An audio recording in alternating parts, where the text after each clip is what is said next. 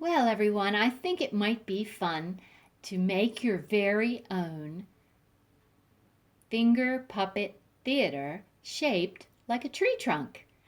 And this is an idea that I had when I was working on my Forest Friends video. And I thought, this is something that everybody at home could do. And it uses very simple materials. So I started out with a simple piece of poster board and I drew some wobbly, wiggly circles on the paper.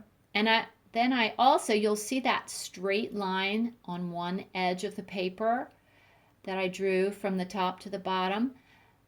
That shows how much of the paper is going to overlap when I roll this paper into a cone or a tube. So I made those lines. Then in the next picture you can see I simply used a pair of scissors and cut the holes out. And if you need a little help from your grown-up, you could ask for someone to give you a hand poking a hole in the middle of each hole so you can then practice cutting.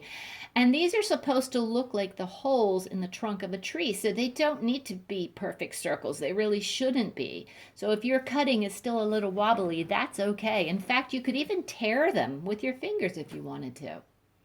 So once you have the holes cut out, you want to flip the poster board over and you want to color it somehow. So I had some brown paint that was left over from painting in my house, and I painted one side brown. And I used a styrofoam child's paintbrush because I really wanted it to be rough and bumpy looking.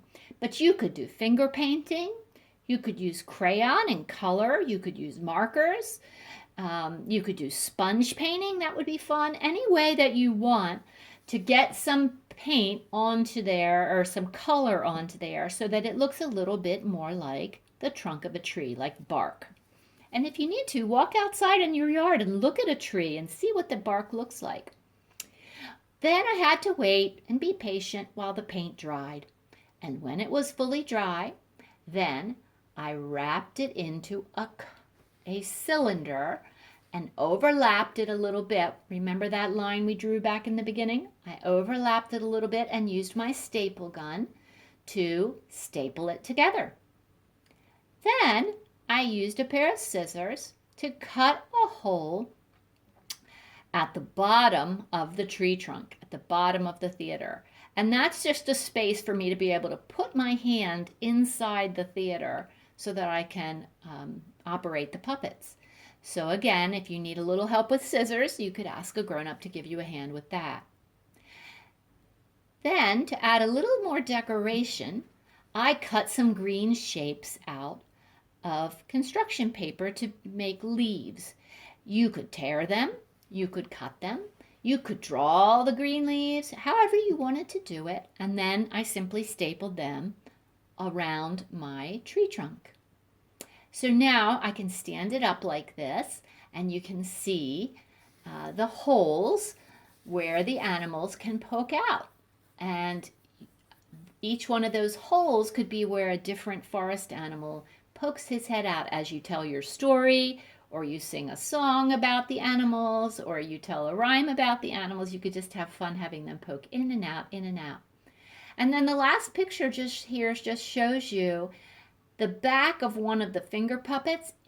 The finger puppets are simply cut from paper, and then I took a little strip of paper, molded it around my finger, and glued it down onto the back of the puppet shape. And I let that dry, and then I was able to stick my finger through that like a little loop, and that helped me hold the puppets so that I could operate them. And here in the very last shot, you can see the finished product. The puppet theater is all ready for a puppet show. And I am standing off to the side with my hand up through the back of that window that we cut and holding an owl puppet and a squirrel puppet through the windows. So have some fun, let your imagination run wild, see what kinds of materials you could gather around your house, and who might be able to pitch in and help you to use your creativity to make your very own finger puppet theater. Have fun!